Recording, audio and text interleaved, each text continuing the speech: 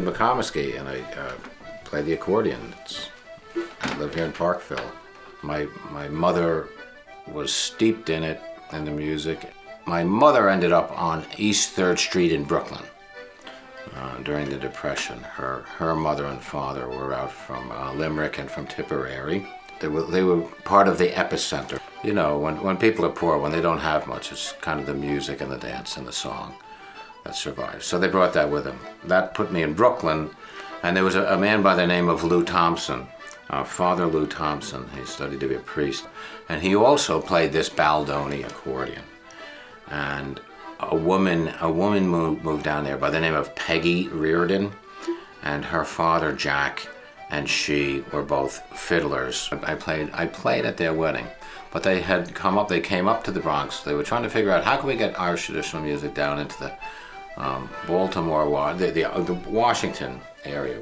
And Peggy says, well, I know this box player, and he plays in the Bunratty pub. It was the first of the traditional Irish music bars in North America. And you had to know what you were doing. You had to know how to play, and you had to know how to fight, and you had to know how to run. So anyway, Lou and Peggy came up to the Bunratty and invited me down to play a Cayley in Potomac, Maryland. And I remember getting off the plane at National Airport, and I thought, this is really something.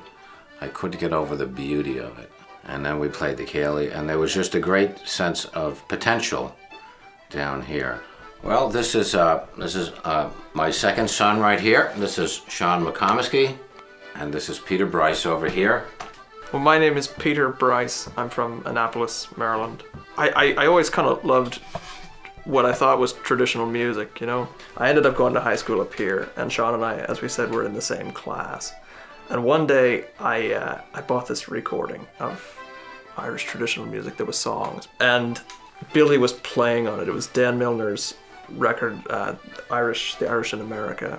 I realized McComiskey, that Sean and I were in the same class, and that in fact Billy was Sean's father. And so I talked to Sean, and I got an accordion that Billy had made in China. And I learned a few tunes from Sean, and then I started learning from Billy. That was when I was 17. The apprenticeship was a really awesome experience for us, and then we got to meet a bunch of the people that were a part of it, and it's even expanded a bit. I think the interesting thing that I've noticed now in my life, if you're a good teacher, if you're a good musician and a good teacher, then another good musician and a good teacher will recognize your students. Box players ordinarily don't like playing together because there's so much force, there's so much power, but we're all pulling.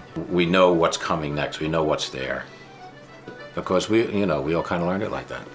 What I was really interested in is the way that Irish dancing and Irish music evolved together. So I started an ensemble called the New Century American Irish Arts Company, which has grown into sort of a production company for Irish traditional music, to create opportunities so that musicians and dancers can work together. If you cannot understand and grasp the beauty of the art, it's all the same. The Irish that came to Baltimore came here because they were laborers. They might have been butchers or carpenters. They came here for the same exact reason that everybody comes to America, and they picked Baltimore for the opportunity to be here. And now, here it is, 30 years after I got here, now they're actually starting to come here for music. One of the nicest flute players here in Baltimore now is from Northern Ireland, but he learned to play Irish music in Baltimore.